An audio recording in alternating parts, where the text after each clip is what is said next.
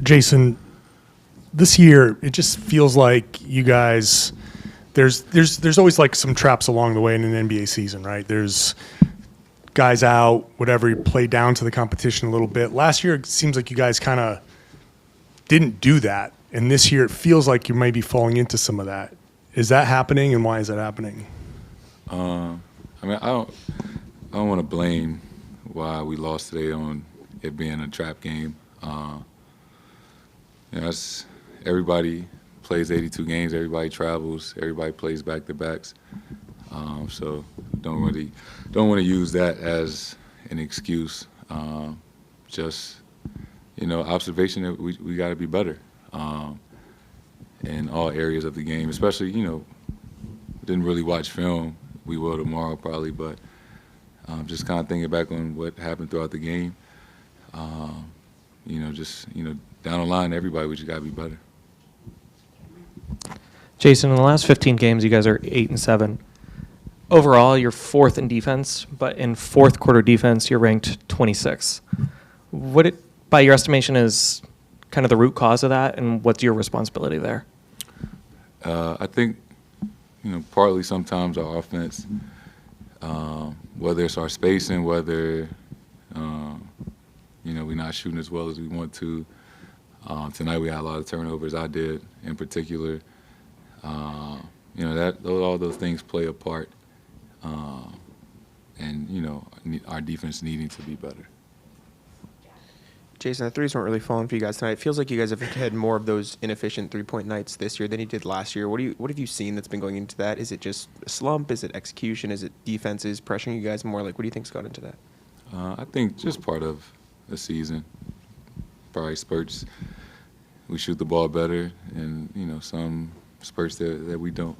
As long as we take the right ones more often than not, believe in our ability and whoever's shooting the ball with confidence.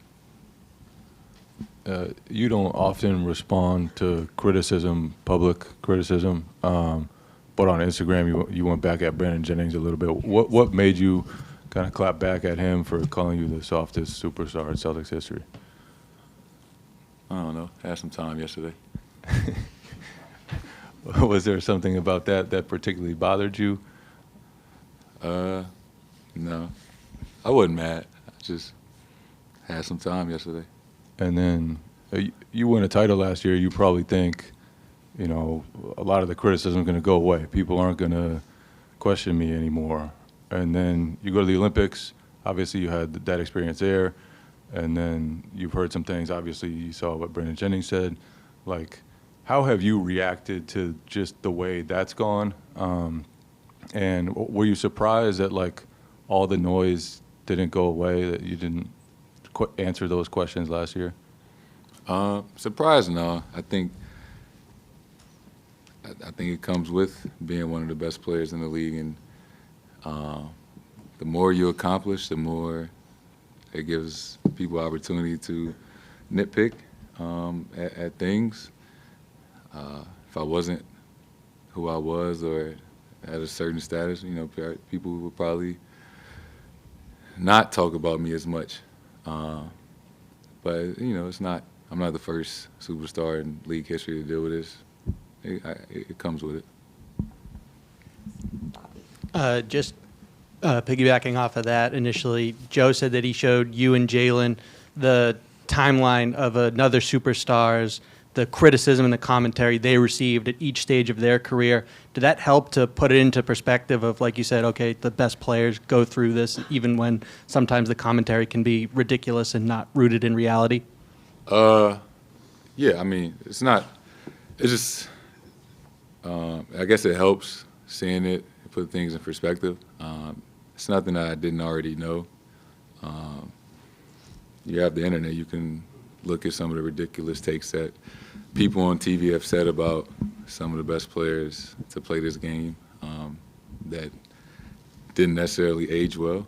And, when you see some of the comments that they made about certain guys and how their careers turned out, you just got to laugh.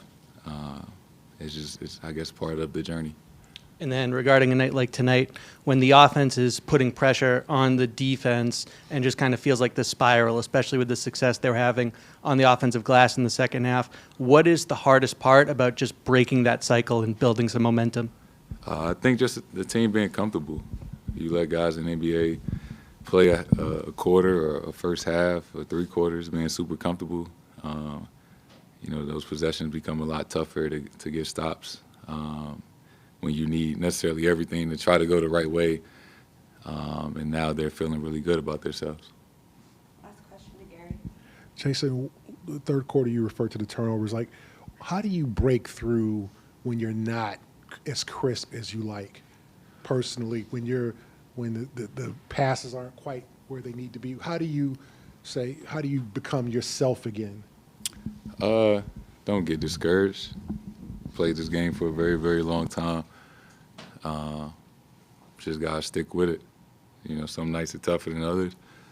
And, turnovers were not making excuses for him at all. Gotta take care of the ball. Especially just live ball turnovers really hurt you. But just gotta stick with it and, move on to the next play.